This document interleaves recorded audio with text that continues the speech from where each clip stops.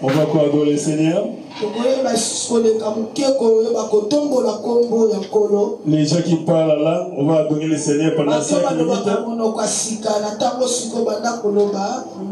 Les gens qui n'ont pas encore ici les parlent la langue, vont commencer à adorer le Seigneur à travers les chants.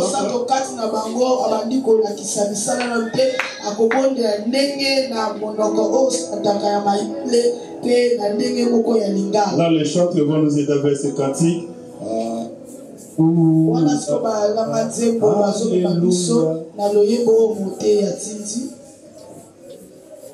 Maintenant, levons nos mains en haut. Contemplons la présence de Dieu parmi nous. Contemplons la présence de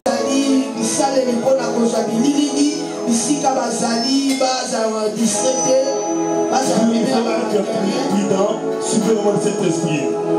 Vous avez pu agir d'une façon extraordinaire.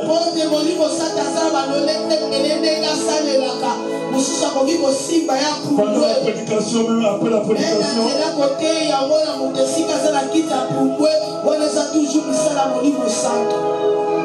Alléluia. Élevons nos mains. Toi, commençons à donner. Alléluia. Oh, ya tata bushita basata.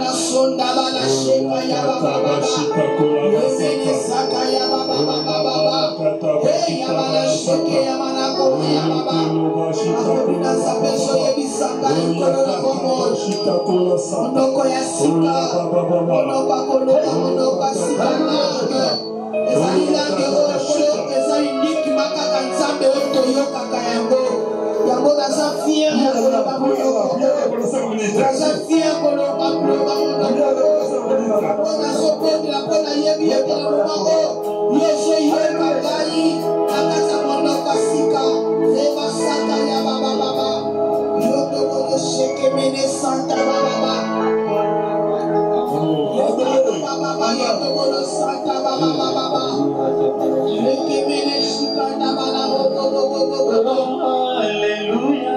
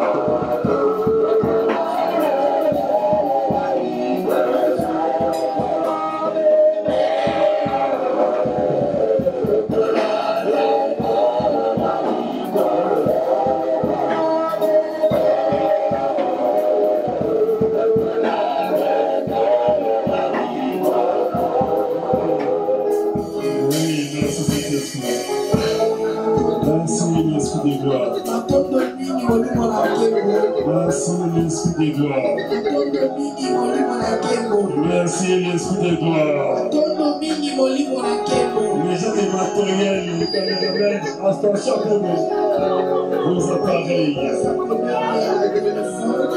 Oh, yakata.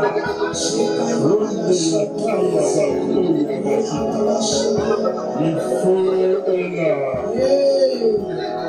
Le feu est là.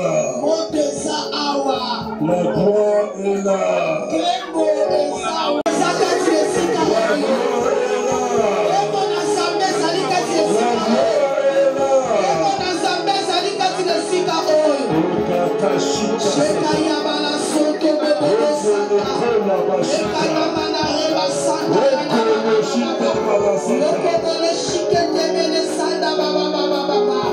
C'est vous qui a soif. C'est lui qui a soif. C'est lui qui a soif. Oh, yakata bashika.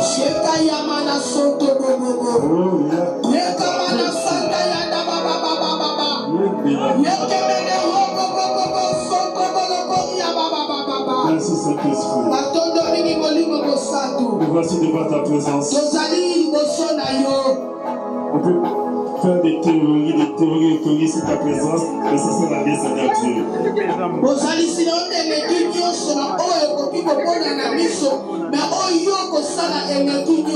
Manifeste-toi. Descends ta gloire, toute la gloire d'Azusa. Descends de ta gloire. Puisque la gloire que tu as mis descendue à Azusa.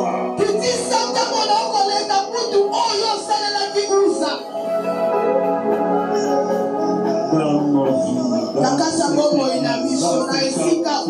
dans ce pays maintenant.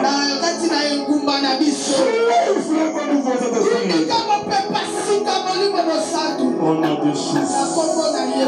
Amen. Amen. Encore une fois pour les fidèles à ce séminaire.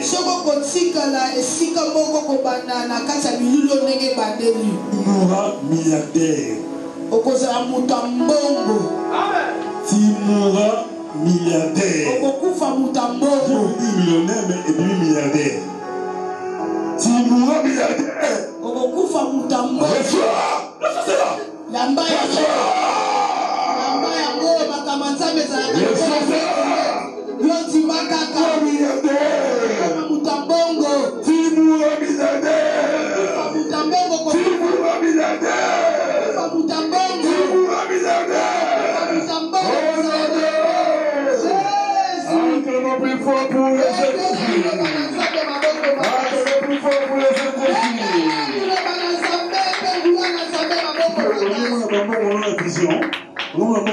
Allez, commence à voter. Allez,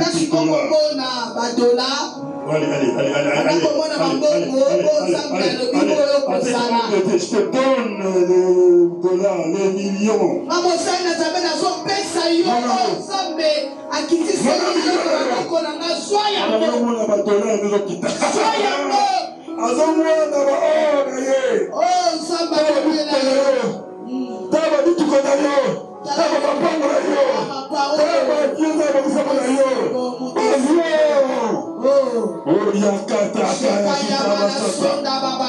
Il est écrit ainsi. Dieu confie la parole de son serviteur. Et si tu reçois cette parole,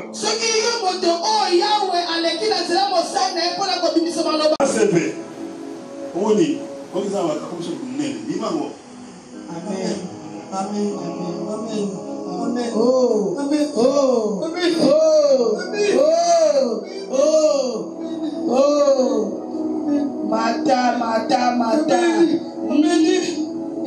Mata. Oh. Elle est qui kilo? Ça c'est la part des choses. Oh, ça lui quitte mon livre santo. Misala mon livre santo. Quatre na vie na biso.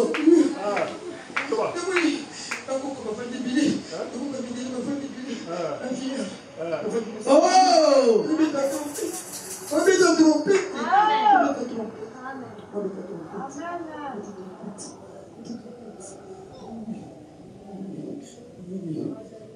Ça, c'est cet esprit.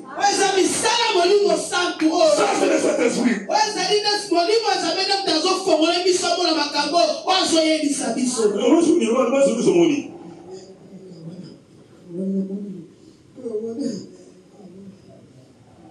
Encore plus fort pour le Seigneur. Je suis quelqu'un pasteur, je suis dans l'église où il y a le Saint-Esprit.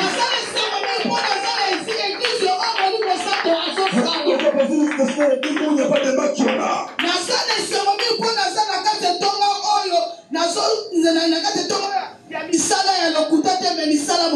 C'est dans l'église où les deux véritables agissent. Et dans ce temps, la gloire de Dieu est de cette église. Je vais utiliser beaucoup de gens. Je vais élever beaucoup de gens. Je suis de voir que les Shekinah a été pour agir dans ta vie.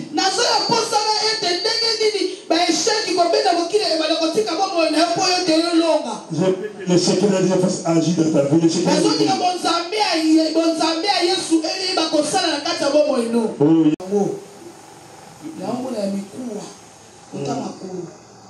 Alléluia. Si vous avez ressenti ma colonne passe, attends, on compte qui? Si vous sentez ça va, tout le monde va vous aller. On senti mes quoi, ma colonne passe, ça va. Oh, il y a l'église, non, il y a qui? Si vous sentez que les soeurs là, tout le monde va mon aïe. Parce que, alléluia. Tellement, maman, tellement. Mettez la colonne, sur ma makasi. Ça, c'est le Saint-Esprit. On appelle ces dons les dons de par de connaissance. Alléluia. Amen. À qui la gloire? Gloire à Jésus. À qui la gloire? Gloire à Jésus. À qui la gloire? Gloire à Jésus. À qui la gloire? Gloire à Jésus. Gloire à Jésus. Gloire à Jésus. Alléluia. Alléluia. Il est merveilleux le roi des rois. Il est incomparable Dieu. Le Dieu tout-puissant. Lisons le livre de Joël chapitre 2. Après le verset 8 et 28. Verset 28. Là, on a dit ceci. C'est le premier lecture. Après cela. Après cela, serviteur ainsi les servantes.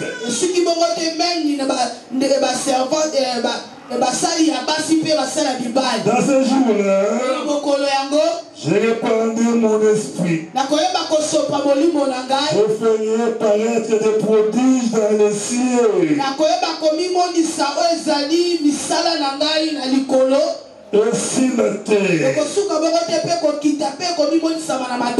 du sang, du feu, et des colonnes de fumée. Le soleil se changera en ténèbres, la lune en sang,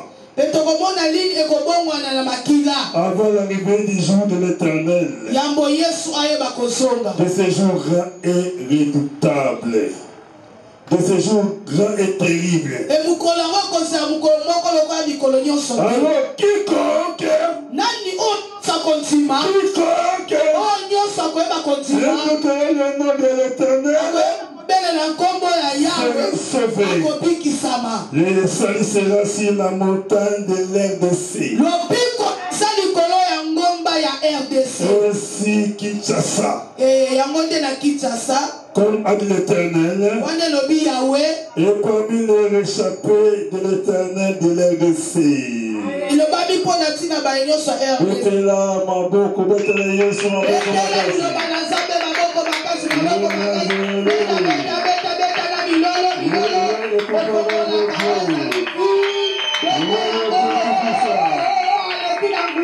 Le Dieu de gloire, le Dieu tout-puissant, puissant. azali nzambe asanga na nguya Son nom est Jésus-Christ, kombo na ye babengi ye yesu masiya le Messie, ye nde ayaki mpo na ntina ngai na le yo Sauveur, ye nde mobikisi ya ngai na yo le grand roi. ye nde aza mokonzi ya bakonzi nyonso. Psaume 68, verset 28. Loyembo 68 verset 28. Ton Dieu ordonne que tu sois puissant. Kolo alingi ozala na nguya. Ton Dieu ordonne. Kolo azopesa mitindo yo ozala moto ya nguya. Ton Dieu ordonne Kolo azopesa mitindo ozala moto ya nguya. que tu sois puissant. Ozala na nguya. Ton Dieu ordonne que tu sois puissant. Kolo azopesa mitindo ozala moto ya nguya. Affermis, oh Dieu, ce que tu as fait pour nous.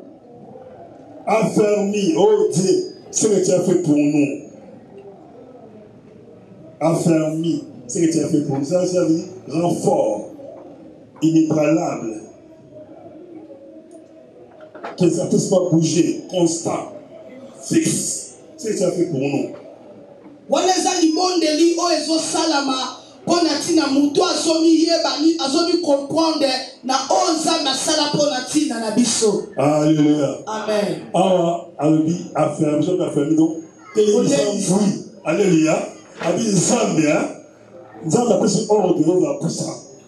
Apa alobi nini? Nzambe telemisa mbui, ebouge te, elingana te, ekende gauche à droite te, etelema fixe. Maman osala bomo na biso. Amen. Alléluia. Amen. Betela kolo ezala. Bekela liloba nzambe maboko makasi. Bekela liloba na nzambe maboko makasi. Alléluia. Mais écoutez bien sa prière. Yoka sikoyo losambo ya David. Verset 35. Na verset 35 balobini. De ton sanctuaire, oh Dieu, tu es redoutable. Na kati na ndako na yo wana David azobondela nzambe oza nzambe oyo bakoki komeka yo te. Le Dieu d'Israël Nzambe na Israela donne à son peuple la force pesa na libota no oyo ezali makasi. et la puissance. Ekolesa makasi kaka te na nguya. Béni soit Dieu. Wana David azoloba na pambo ya makolo. Alléluia. Amen. Les textes sur le côté de lire, Mikanda mibale bauti outi kotanga. méditez dans la maison. Osala nzambe biketango nde koyeba komekola kotala makomi ndenge ekomama. J'ai compris que le verset 35 précède le verset 28. Et ailleurs, que verset 35 eleki mbangu kolalisa wana verset 28. Donc le verset 35 vient avant et puis le verset 28 vient après. Verset 35 ekendaki liboso, verset 28 elandisa na sima. Vous savez, dans la révélation, ce n'est pas les versets qui se suivent comme ça qui ont les révélations, non. Il peut y avoir la conclusion, ça peut être en bas, l'introduction, ça peut être au milieu, donc ça dépend. Toyebi malamu na kati na makomi ndenge komama na kati ba limonisele na limonisele susu ekoki koya na sima makamsusu ekoki koya liboso limonisele susu koya liboso makamsusu ekoki koya na sima. Alléluia. Amen. Alléluia. Amen. Dans le verset 28, kuna na verset 28 en vrai disons la révélation vient après le verset 35. na bososoni kotala penza eye lokola eye na sima na verset mususu. Amen. Amen. Si j'essaie de parler sur la révélation, de lire sur la révélation, je peux commencer par le verset 35. Soki pendele nyaloba selo emoniselo na kobanda nde na verset 35. Parce que c'est ici David priait. C'est ça. Abandende eza libondeli David abandaki kosala. Et comme si David disait, Toyoka oyo David andaki koloba au verset 35, na verset 35 na kati ya losambo. de ton sanctuaire, oh Dieu, Na kati ya ndako na yo kolo tu es redoutable. ozali oyo bamekaka yo te. Donc, il a envie de prier pour dire ceci. Et na kati ya losambo Davidi abandaki koloba boyo. Pour dire à son Dieu ceci. Mpo na ntina koyebisa nzambe na ye na kati ya losambo nde kosala. Lorsque tu es dans ta maison, ntango yo oza na kati ya ndako na yo tu es redoutable. ozali oyo bakoki komeka yo te. C'est-à-dire, tu inspires la crainte à tes adversaires. elingi koba ete otalisaka oyo ezali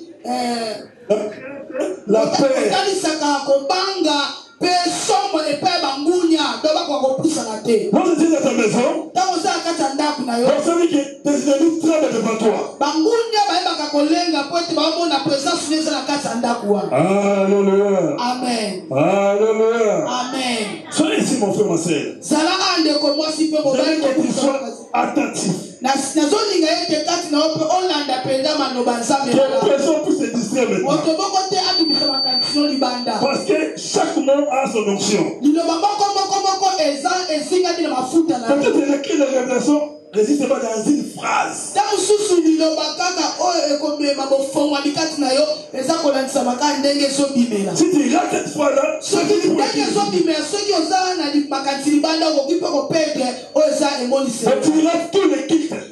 Tu rates toutes les bénédictions. ozala na mapamboli nyonso. Tu rates toutes les bénédictions. Et pardon, okoyeba kobungisa mapamboli nyonso parce que emoniselo ene esili mapamboli nyonso wana. Alléluia. Amen. Il a dit, tu es redoutable, tu exprimes la crainte, tu donnes la crainte à tes adversaires, l'autre tient dans ta maison. David azosambela azoba ozanzambe oyo bakoki kobeka yo te. Etango yo ozalaka na kati na ndako meme bangunya babangaka bakoka kopusana te balengaka. Et puis il a commencé à prier ici. Pe azokoba tutango nyonso ya kobondela mpe koloba boye.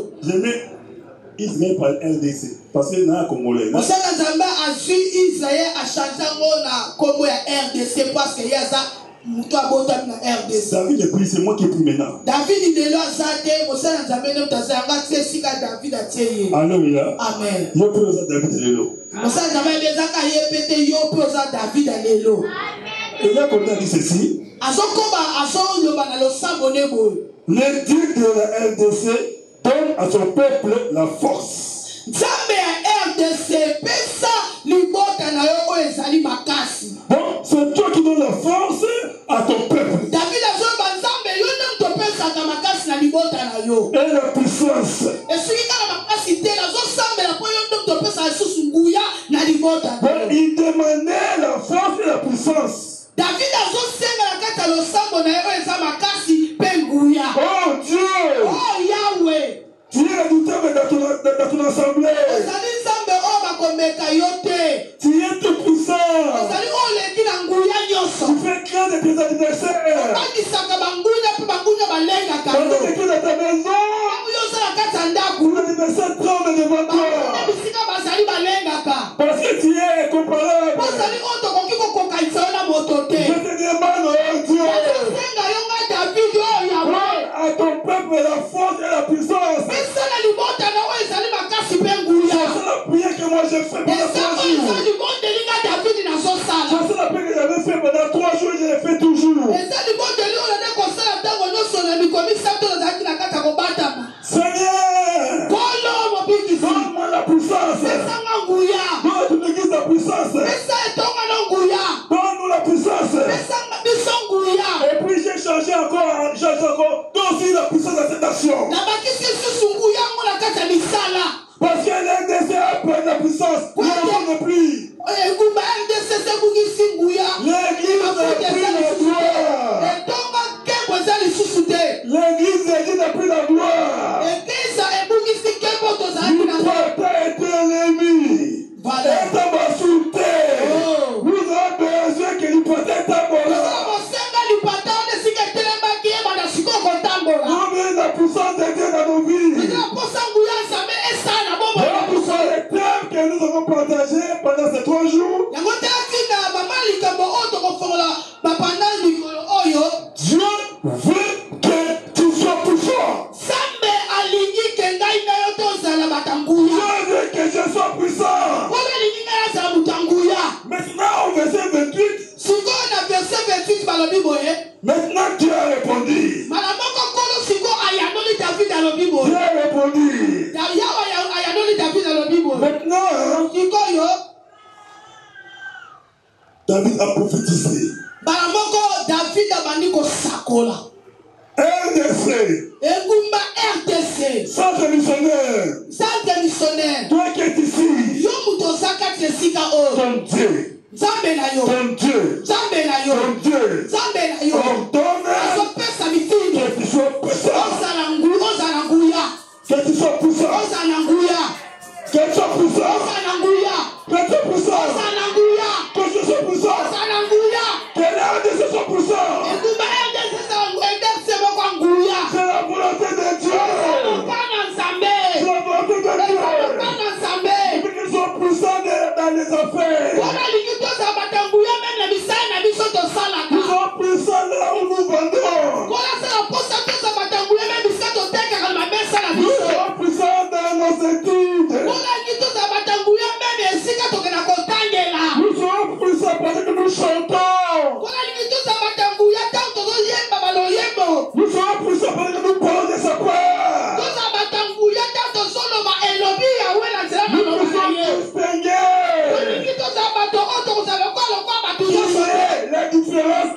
de nous et les occultistes.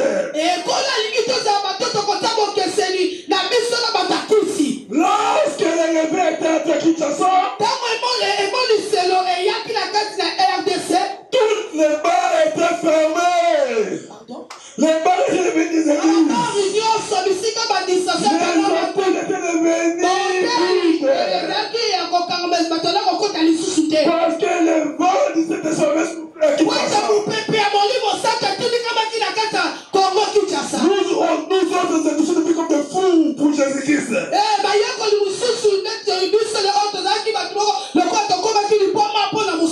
Je n'ai jamais marché à pied pendant un autre trajet. Lorsque j'étais chez nous, je n'ai jamais marché à pied pendant un autre trajet. Tant d'ailleurs pour la bouche, la temps mon côté, disait Moulaï.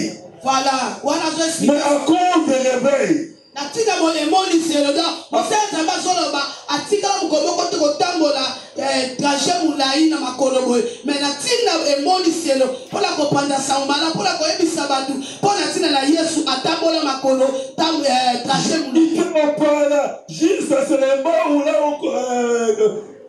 Amawanga. Je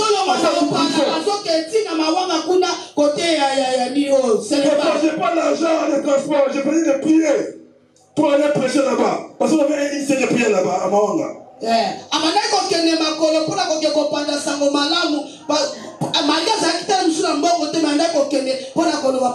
quitté les clubs où on était ensemble avec le côté Égypte. J'ai quitté ces clubs-là, j'ai dit, je peux rester à vous de pécheurs. J'ai quitté les clubs, j'ai abandonné.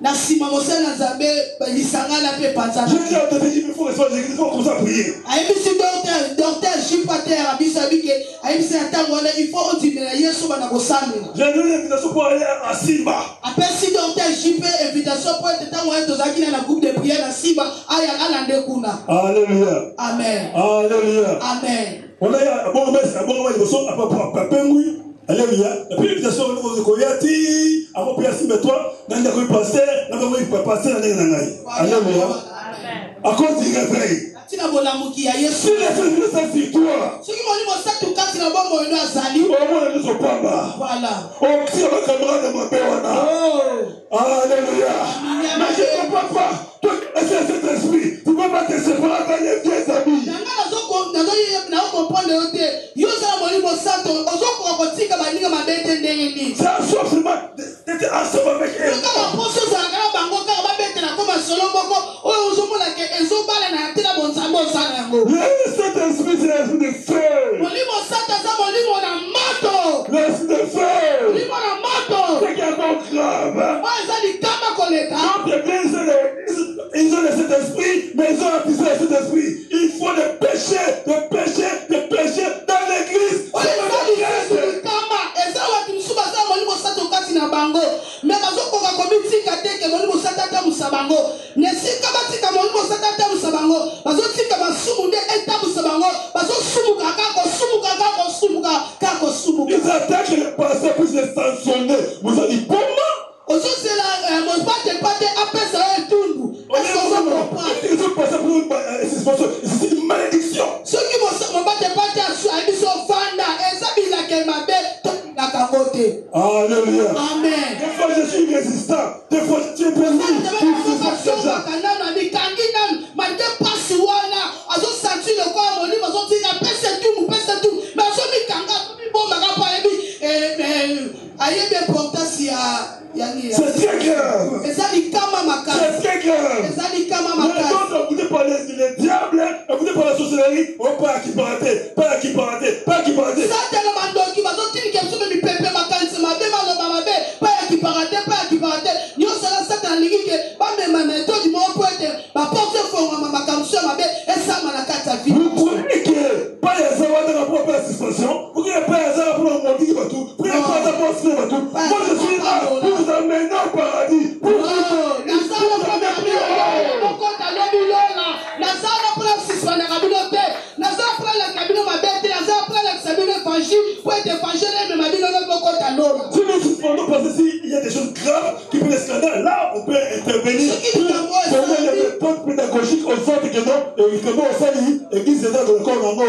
te. Nabadi kamosali emone na miso bato ebeti bato mabaku bato bapagano wana ezande mususu bako bato ba pakamsu bako tele mapona ko vanda ko tala likama mpona ko pesa et tout. Mais maintenant j'ai pris le Seigneur ceci. Mosala Nzambe Pendant ces 3 jours j'ai pris le Seigneur ceci. Comme maman a dit des anges aujourd'hui sont là. Wana mama amoni ba ange bazaka. J'ai demandé au Saint-Esprit pendant les 3 jours. Asalaki mosala Nzambe pendant 3 jours. Que le Seigneur puisse descendre de 3 nouveaux anges dans cette église. Les anges chicotés. Les anges chicotés.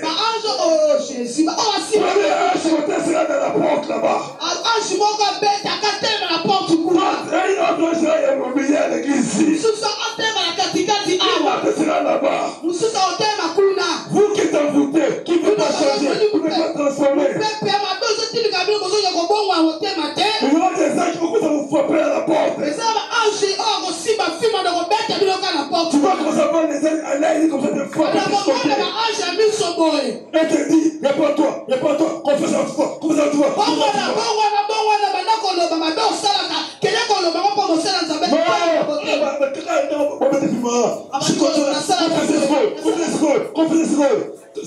Directement on va faire.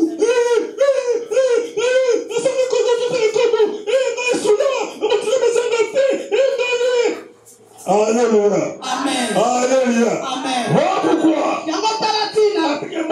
Esprit. Tu m'as appelé. Au nom de Jésus. Je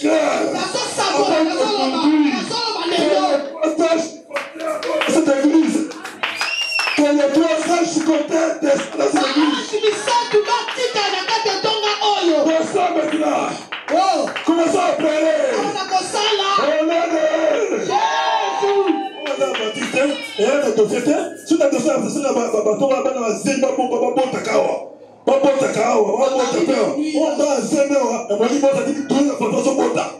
Alléluia. Alléluia. Voici le protocole pour agir ici. Par nous, ce qu'on fait pour couper, ce qu'on peut voir, c'est que non, Dieu châtie ceux qui aiment.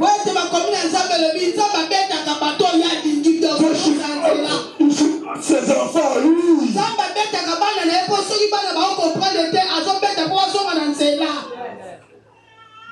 La Pentecôte.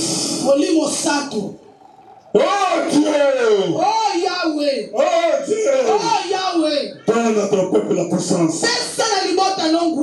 Mon David a prophétisé l'Éternel ordonne que tu sois puissant.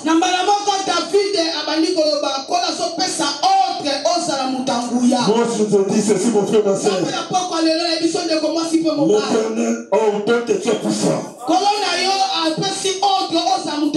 L'Éternel ordonne que tu sois puissant. L'Éternel ordonne que tu sois puissant. Sois puissant. Sois puissant. Sois puissant. Sois puissant. Sois puissant. Sois puissant. Sois délivré. Sois puissant.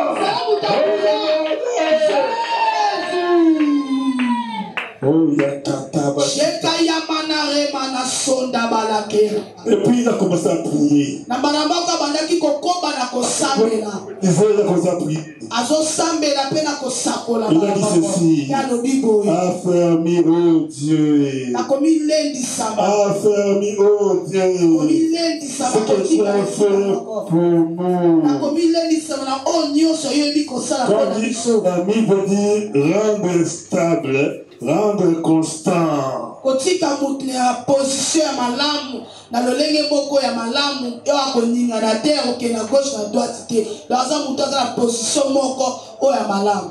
Alléluia. Amen. Alléluia. Amen. Alléluia. Amen. Je te dis à rendre constant. Je te dis à rendre constant. Reçois la puissance de Dieu. Que cette puissance puisse te rendre constant dans la vie de Dieu. On nous gâter. On va convertir. On fait ça comme un zambété. Quel était au téléphone Sakola avec précision. On va couler dans l'hôtel. On va couler au film.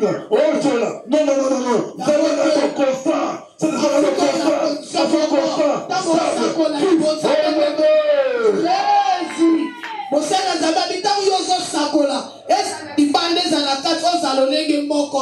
Esa tiko zo sakwa nakati. Na libanda kuno zo figa. Na libanda kuno zo kotote. Na libanda kuno zo sama kabozo bana tena bonza bozo sana kati sana. Hier j'ai parlé sur l'histoire de l'église. C'est l'église du 20e siècle, l'église de notre église actuelle. Les Pentecôtes, non, les chrétiens de ce temps-là, des Américains, ont considéré que non, le Saint-Esprit n'existe plus. Et la bakisi ya tango wana na États-Unis bana komona ke molimo sata za kalisusu ke pasa kalisusu. Maman ici comment on souvient le ye maman William c'est mou. Ils sont allés dans l'île de Céline de monsieur pasteur Franck Batman. Il y avait un pasteur qui s'appelait Franck Batman avec 21 cellules.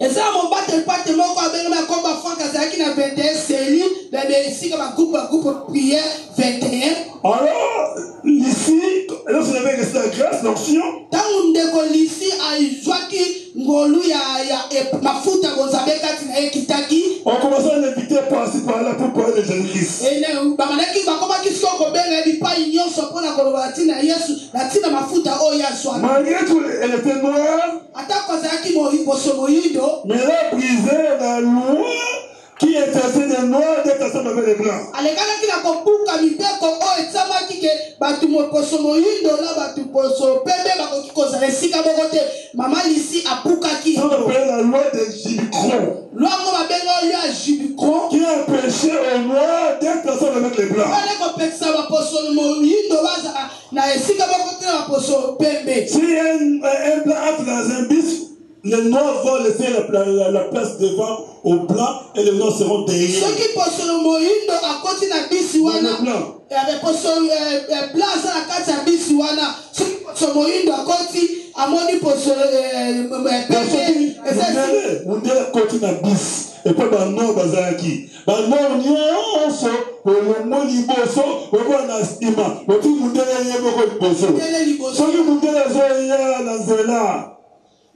Au moins, nous disons à Zoya, la musique, il faut changer de là. 18 personnes sont coquilles. Nous, on n'a pas la vie. 100 000 balles de prison 21 jours. Alléluia. Amen. Alléluia. C'est la loi de Jibicron. Et deuxième loi, c'était la loi de Sophite. Sophite. On est pour la base. Moi, c'est qu'on votait. Moi, c'est qu'on a sauvé. Moi, c'est qu'on a voté. Alléluia. Et cette femme-là, Lucie, sœur Lucie, comme je vous dis hier, elle était non, comment on parle non, hein? C'est non, et puis bonne. Azaki mwana musala kolamba peko bontsaka bana kolandela kabana. Alléluia. Amen. C'était qui? Nounou et bonne. Azaki mwana musala kolamba kakokipa makabotali ndaku pe suki bongote pe kolandela pe makamba bana. Dans l'université théologique de monsieur le pasteur Charles Parham. Pendant qu'il parlait, comme je disais hier, il parlait, il questionnait. Alors, M. Charles, il parlait sur le Saint-Esprit. Il prêchait le pasteur. Il a suivi le pasteur. Il donnait le cours sur le Saint-Esprit. Et lorsque M. Charles, le pasteur Charles a parlé sur Joël 2, 28, juste en bas là-bas.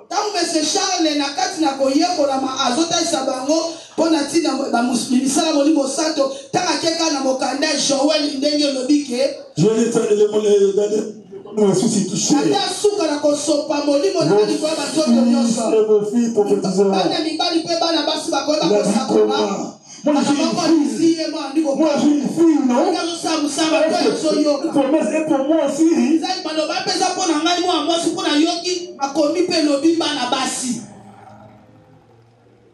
Si les servants et si mes serviteurs.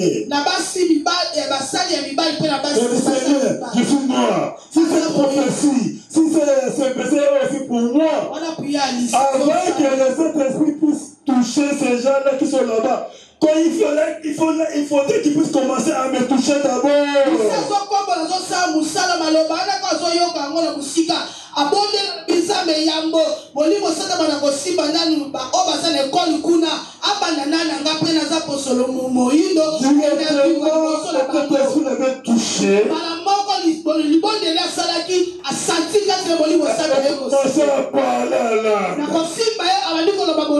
Commencé à prophétiser. Il a eu plusieurs langues. Il a eu de plusieurs langues. Elle n'a pas étudié, mais ça parlait correctement. Elle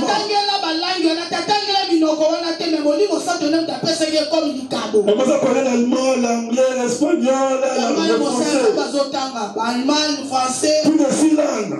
Si langue mobile elle a eu une éducation terrible. Maintenant, on a l'invité d'aller partout dans le monde, dans les Allemands, partout. Là, on parle de cet esprit de télévision.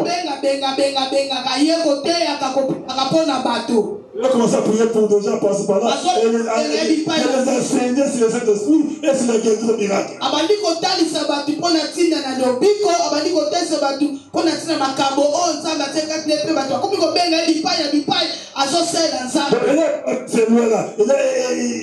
Elle a détruit, annulé, anéanti la loi de Jibicron. Maman ici a pouka qui lui fait Kowana.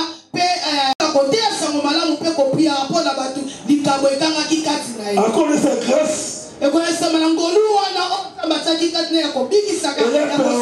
d'appeler William Seymour de venir étudier dans l'université théologique de Charles Parham, là où il était blanc. Maman ici a invité papa Willy à participer à l'école ici à Zulaki Mafuta. Comme il était noir, comme je dit, comme il était noir, il avait le droit d'entrer dans la même local avec des il a commencé à suivre les cours de la fenêtre. Azaki moto moyindo pour babaki ke bato moyindo na bato pembe bakoki koza esika moko te bato pembe bazovana na kati ya auditoire bazoyoka materia ya formation baola somo mais ye azaki libanda na fenêtre atie matoi alandaka cours libanda. On finish à ce cours-là avec de théologie, par suite de théologie. Alors là, qu'est-ce qui s'est passé? Ni ne le gars qui t'a reçu papier William Yaka. William Yaka Boye, tu connais c'est une chose on a passé yo za tunangai, tu connais c'est lona. Attends, parce que comment na moko ba étudier verset Actes apôtres chapitre 2. Oh ba porte ba c'est sur Pentecôte. Ta ba batali ba jour. Ba dans son matin qui timbo c'est qui tek 10 jours. Paul qui va traque partout aux États-Unis. Qui est aux États-Unis à ce jour à Pentecôte. Alors, s'il sait, tu as évité. Parce que tout le monde est pendant 10 jours. Sans sortir, pas du matin, pas permanent. Dans la chambre pendant 10 jours. Soit on dit, et si c'est, il y avait 22 femmes qui 9. Mibali na 5 jeunes baïkwana. Alléluia. Et puis quand on a dit non, surtout pour on a aussi les travaux que tu as 10 jours matin. Tu as signé. Tu as ensemble. 10 jours kita. Amen. Alléluia. Amen. À qui la gloire? Gloire à Jésus. À qui la gloire? Gloire à Jésus. À qui la gloire? Gloire à Jésus. Gloire à Jésus. Gloire à Jésus. Amen. Alléluia. Amen. On a besoin de kubita na pona Yesu. Amen. Tunataka besoin de Nzambe. Alléluia. Kita. Alléluia. Toi tu as pas distraction de monde de la retraite. Comment il faut que ça va passer de salari. Auto de retraite. La non madame, là on mouille pour libérer. Alléluia. Amen. Toi tu dois pas tourner. Ukonde nguya Nzambe. Nguya Nzambe nde yango nde basolo. Oh, so bonde là. Oh, pour la libérer là, baboko na. soko luki nguya nzambe kati na yo ekomemi mibali 22 basi na 5 jeunes basangani mama basangani ayotokobima te pendant 10 jours timboko kita tinzambe kosala amen eta wandi koprendre ensemble premier jour deuxième troisième jour et ça passe dans le bois qui dit ça bouye kitaki kati 3 jours akoma 10 jours teka na 3 jours bouye kiti 3 jours moko bakomi kopalana il faut que prophétiser et terrible jour là terrible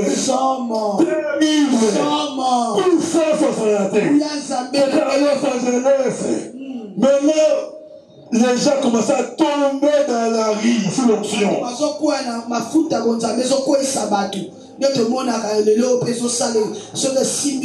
gens commencent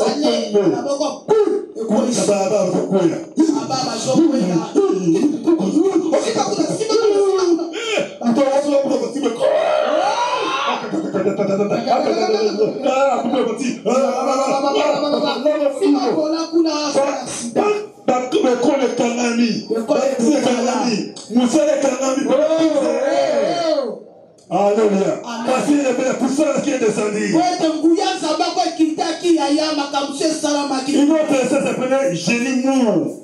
Oui, elle a reçu 6 dons. 6 dons. Il y a ceux qui Macabo. 6 dons de langue. Macabo Motoba. Et là, on va parler aussi 6 langues. Quand il y a Molibo Satapesa qui est 6 dons.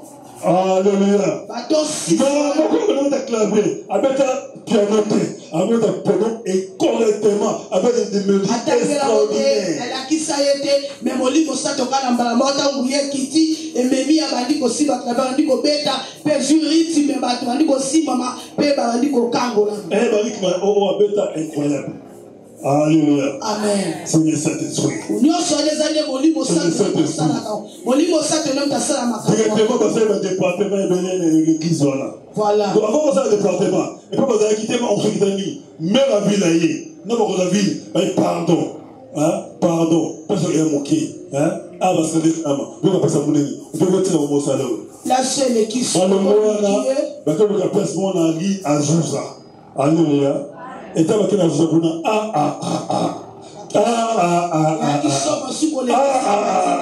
Les gens ont commencé à quitter aller abandonner les maisons. Les gens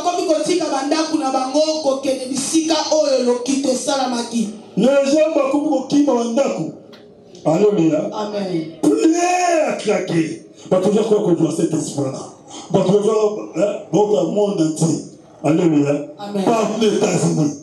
Mboka na mboka bazotika bamboka bango bazona na kanguya wana bisika ekita. Vous savez, si nous sommes des descendants de cette église. Toyebi malamu soki mafuta bonzabe kiti na kase tonga ne sika o.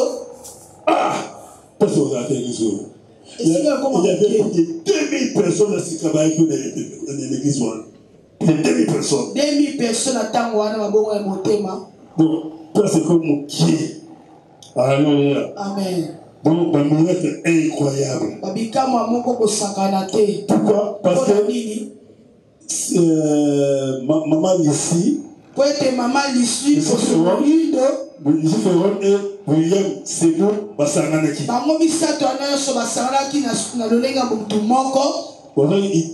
Alléluia.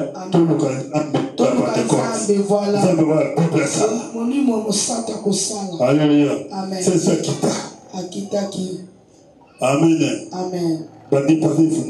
Département de l'addition. Nous avons des gens, comment ça s'appelle? Elle s'appelle Lissio. Maman Lissio, c'est Lissio. Il y a ceux qui me disent, il y a le mot. Ok, pas la Lissio. Il y a le mot. Abiyaka. Aïe. Atire Moussapi. Atire Moussapi. Balamoko. Badantiste ya Los Angeles bakangi. Bato batretaka maladi ya mille banazo su batlia te po na ntango wana mama Lisi akomaki koganye bango na nzela babikamwa oyo bandeki kosala nzela ndeko oyo azwaki likabo ya kobotisaka bamini. Et bon, on était des départements de personnes paralysées. Il était dirigé par Maman Kani. Alléluia. Et Maman Kani a fait marcher 5000 personnes à 7 ans. 7000 personnes. 5000 personnes pendant 7 ans. Alléluia. Donc, ce mouvement des charismatiques, ce mouvement de cet esprit, cet onction-là a brillé pendant 7 ans. Mupepe wana ya bonsambe kolonisa mafuta oyo ya molimo santo ewumelaki pesalaki mbula 7 ans. Les paralytiques ont marché. Elle-même a fait marcher plus de 5000 paralytiques pendant 7 ans. Alléluia. Quelle option? Mafuta lolenge nini? Alléluia. Amen. Alléluia. Amen. Après les départements de paralysés, il y avait des départements de personnes qui souffrent de la cancer. Qui souffrent de cancer. Il y a des personnes qui sont malades de cancer. On te dit, va dans ces départements-là. Bakotinye mama na groupe na kuna ne badone ezali kuna oye bikisaka ba malade ya cancer. Là c'est dit par groupe ezali na donne ngo bana ko travailler par une femme. Alléluia. Weza ba kombo ya bato batiki ba bilembo onza malekaki na nzela na bango ba don o molimo sata taki kati na bango e banaki ko opérer ya groupe na groupe ezali na ba don o banaki ko travailler. Donc département de cancer c'est dirigé par Makoudi. Elle guérissait les gens par le cancer. Donc, incroyable. Tout le cancer, tout le monde pour aller dans le département. Alléluia. Donc, l'hôpital est dans la client. Voilà. Alléluia. Voilà. Parce que les vents. Toi, c'est là mon papa. Mon livre sato. Nathan wana wana ko biki sabato sanke baki na l'hôpital.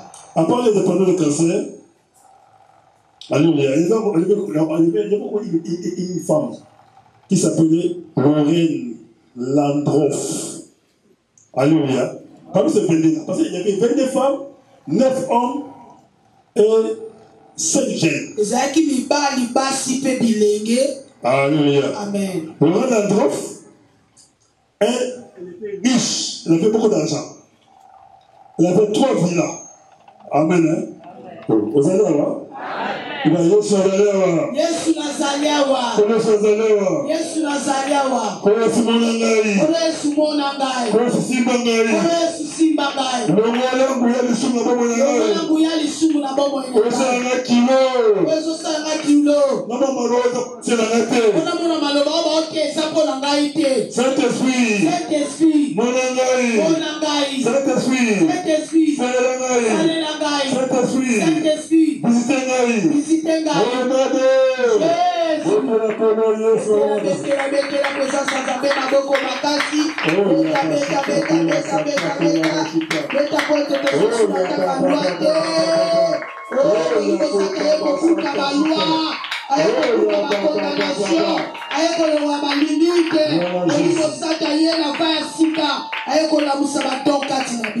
Alors comment vous terminez? Elle était riche. Azaki mutabosi makasi. Amen.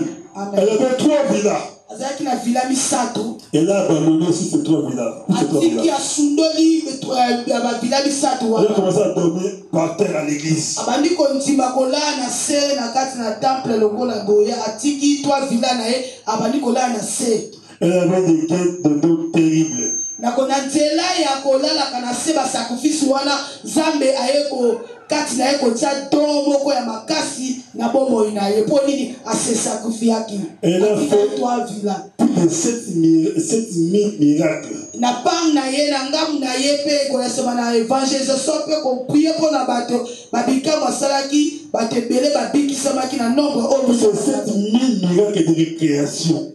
Babika moi et tout le quoi batebele. Récréation le banini. Alors là, nous les récréation ça veut dire que le bon katana. Alors là, le bon c'est buni. Il tourne le katana, il tourne c'est buni. Le pied a été coupé. Alors là, de tes pieds sortaient. Alléluia. Oh, il fait le mois et les katana c'est juste les bini. Nous sommes fatigués 3 villas d'ailleurs assez sacrifiés ça malamu. Et il ne faut pas des gens. Si on a mis les cas et ça passe les bateaux comme ça. Et le Saint-Esprit a envahi la personne. De nouveaux mecs commencent à sortir. De nouveaux mecs coupés commencent à sortir. De nouveaux pieds commencent à sortir, à pousser. De nouveaux oreilles commencent à pousser. Plus de 7000. Alléluia. Amen. C'était pendant 7 ans. Parce qu'il y avait des gens qui avaient sorti de cet esprit. Mon frère, ma sœur, tout terminé. Tu veux quitter ce monde comme ça ne sert quoi? Tu peux rester. Tu veux passer comme ça? Cherchez la puissance de cet esprit. Cherchez la puissance de cet esprit. Cherchez la chose de Dieu. Tika maman, nous avons parlé à mon misala. C'est quoi?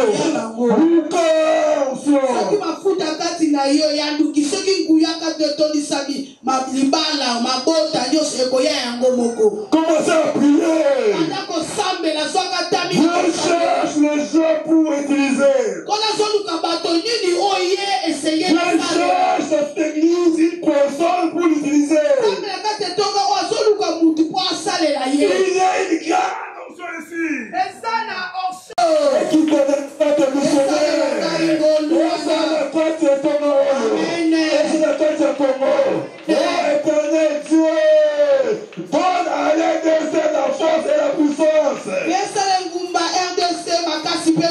Oh éternel Dieu, donne aux autres missionnaires la force et la puissance. Regarde, nous sommes affaiblis.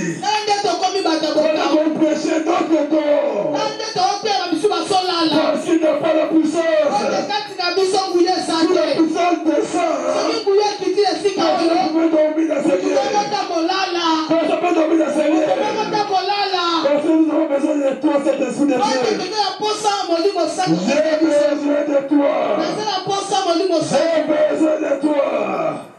Ceci est une race nouvelle dans ces lieux. Que Dieu bénisse sa parole de ta vie.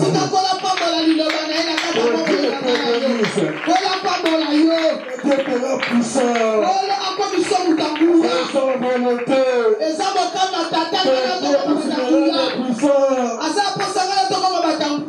Alléluia. Amen. Le but au monde de Nengi Bonsoir avec puissance en Zambie. Le monde pour mener l'église. Alléluia. Amen. Pour ça, il y a une bonne de la mer. Alléluia. Amen.